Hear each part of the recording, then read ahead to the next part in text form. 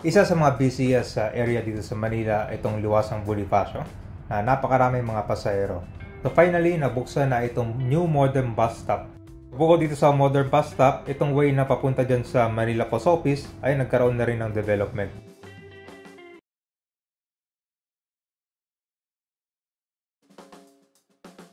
Alright, nandito na tayo sa Padre Burgos Avenue, Manila. Kakanda lang natin dun sa Rizal Park kung saan nagkaroon nito ng major transformation. So ang pupuntahan natin ngayon, isa sa mga busiest area dito sa Manila, kung saan napakarami mga pasahero na bumababa at saka sumasakay. Diyan po yung malapit sa Liwasang Bonifacio, malapit sa Metropolitan Theater. So itong Manila Underpass malapit sa Manila Post Office, ito yung nagkaroon ng major rehabilitation. Kung saan dati halos sira-sira yung mga tiles yan, tapos puro mga basura, ang daming kalat. Ngayon, sobrang ganda na.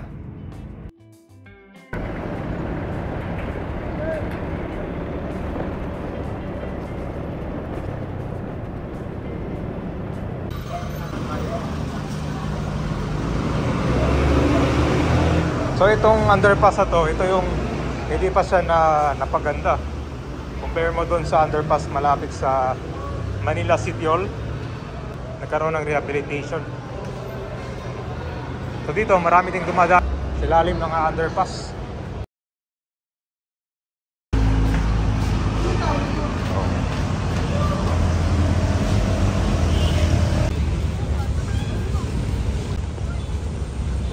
Ganda na pagka-develop. Ito yung pinagandang kabayan panahon ni dating Mayor Isko Moreno. Dati meron yung kapihan dito eh. Ngayon dito rin pinaganda na rin yun eh. After nitong tulay, pupuntahan din natin. So ayun, wala na yung shop dito. May kapihan.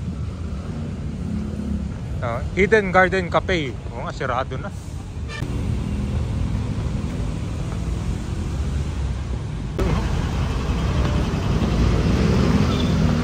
Dito na tayo sa Liwasang Bonifacio. So dito kabayan, dito yung sakayan ng mga bus papuntang Alabang. So nandun po yung bagong modern na busway stop.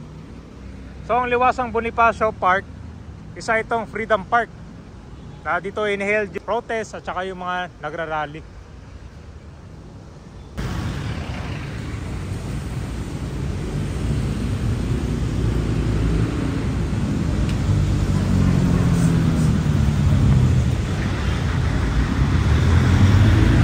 Sabi niya, maganda no? Kasi yung bench na ito lang. Meron na rin ako dito trash bin. So maganda nito, meron siyang PUV routes. Lawton southbound PUV stop map.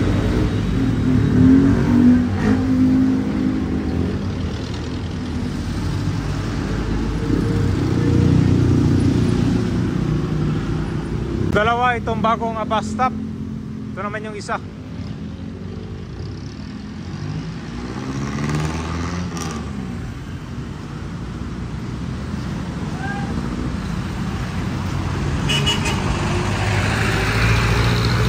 Meron siyang charging station. Gumagana kayo? Maganda. Charging station.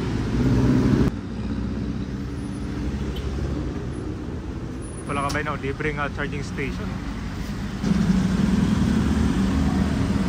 Mga bikers. Plus 2 and 3. Ito yung para sa mga bike.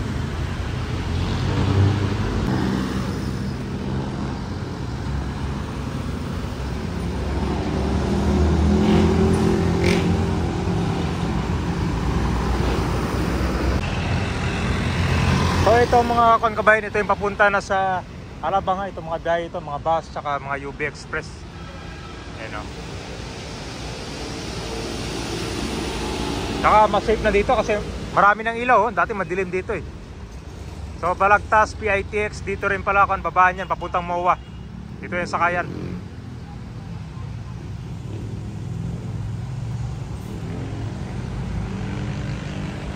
Underpass na lang yung kailangan i-develop din.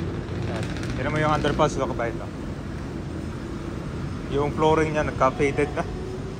Dahil sa katagalan tsaka puno ng basura. So ang kailangan talaga dito, mas maraming ilaw para hindi na nakakatakot dumaan. Diba? Ibang iba siya dun sa underpass, dun sa kabila, malapit sa Manila City Hall, diba? Kita mo? Parang binagyo, no? Oh.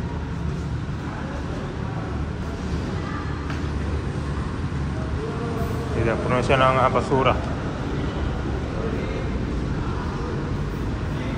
Dito pag kanyan, pag umuulan, minsan tumutulo pa yung tubig. Ayan, sa kabila. Dito may sa kabila.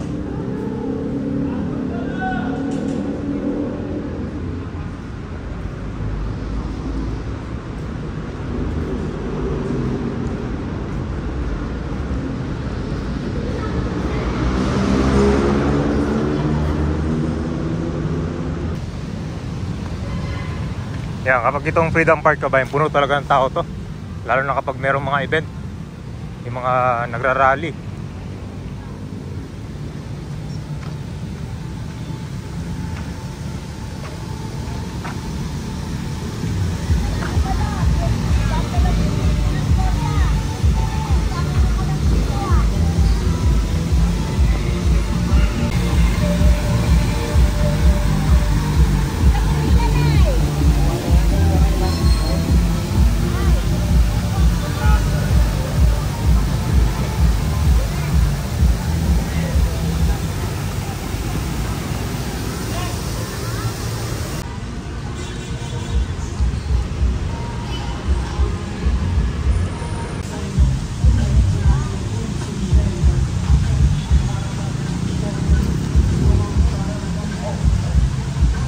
Okay, so tara, punta tayo dito sa isang bus stop naman. Ito malapit sa tulay, oh.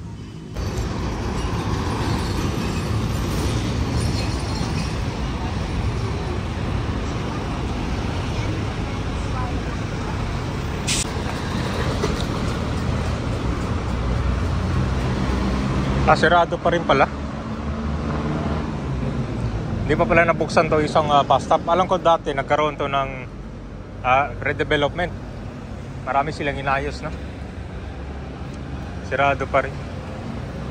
Kasi itong paano ka ba yun? Napuno kasi ito ng imbakan na malapit sa Pansana to.